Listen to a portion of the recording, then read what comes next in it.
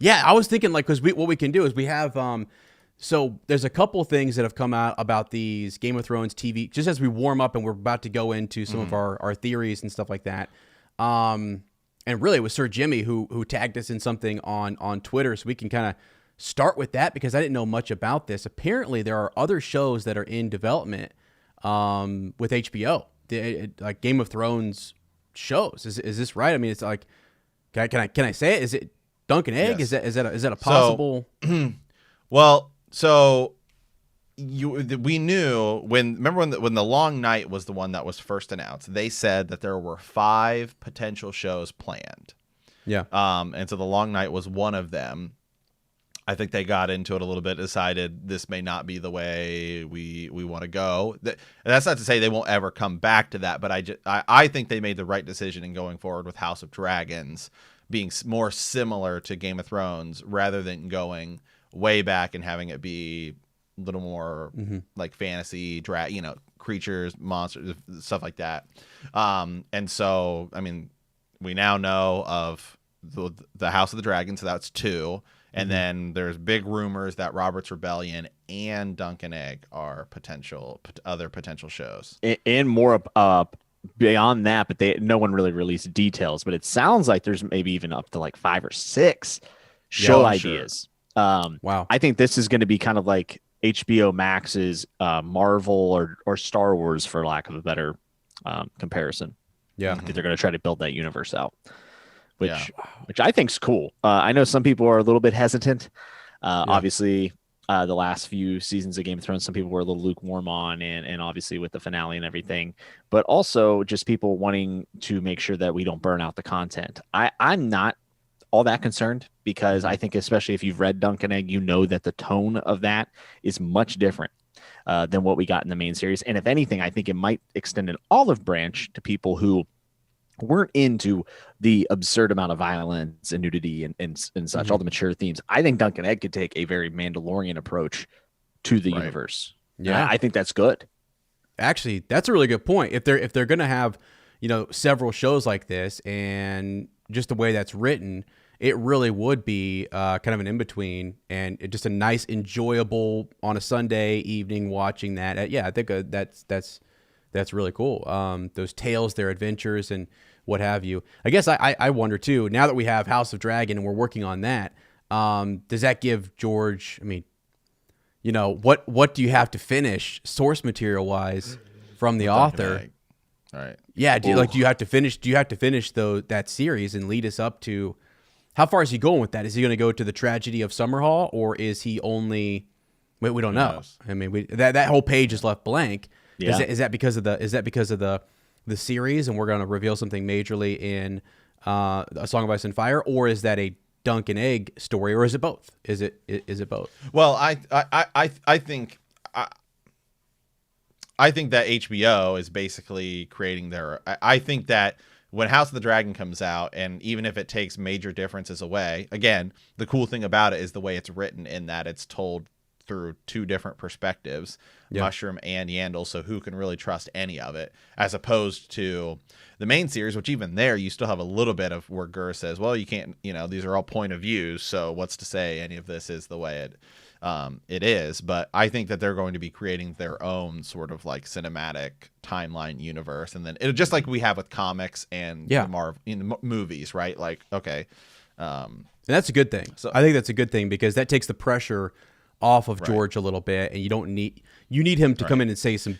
big markers, talk about those. Yeah, and you can, and still that doesn't mean that anything that happens in here. So let's say the Dunk and Egg series does happen. It gets to 7 seasons, just total, just general idea spitballing here. And some of the things that happen, we're like, well, that doesn't mean that doesn't happen in the books, or we don't know that that's going to happen, or it's going to go different. It doesn't mean that George isn't sitting there saying this is going to happen. So you can look at them to say that they're not unrelated. I'll say I'll say that. But then one other thing real quick about the burnout of the content. I think before that was definitely something that was possible, but now we live in a totally different world in which, one, we can't really go to movie theaters.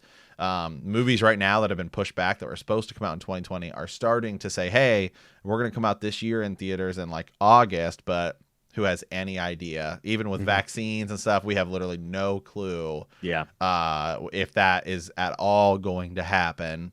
Because what's to say that a new strain of COVID doesn't come out and we're still in lockdown. So, and with movie theaters being dead almost, content streaming is the future. So it's all going to be more 10 episode series, stuff like that. We're seeing it with Disney right now. I mean, I'm watching WandaVision and being like intrigued by every second of it and being like, this is sweet. I'd totally fine if you continue the Marvel Cinematic Universe just like this instead of like big movies. Yeah, and all that interconnectivity. I think people prefer it. I think people prefer to have that level of quality in a show where you're getting 10 episodes as opposed to like one big movie. I mean, a lot of the Mandalorian episodes, jumping over to that universe, I mean, they almost feel like movies. Like that's how, and that's kind of how Game of Thrones felt too, right? Season 8 for, whatever we felt about it, from a shot perspective, from a cinematography perspective, it was beautiful. And I think that they're going to bring that level, and hopefully the writing is, up to par. And I think people are here for it. I think the interconnectivity as well. Like if they do a Dunk and Egg series and we find out what happened at Summerhall, are you kidding? Like I think that would be the ability for people to make content around the things that connect through the series and the different TV shows only helps the show become more popular. So I think that they're playing up to that. And I think the Marvel Universe was a very good example of how whenever you let these things play together, that it just naturally progresses into this much larger thing with your audience. And I think that is going to be the key going forward with future Game of Thrones content. Yeah. No, I totally agree with you. And I was kind of leading us down a path of well, what happens when we outpace some of the source material, but it doesn't matter. It's a different universe. And we've already done that in the main series. We've already outpaced the author once.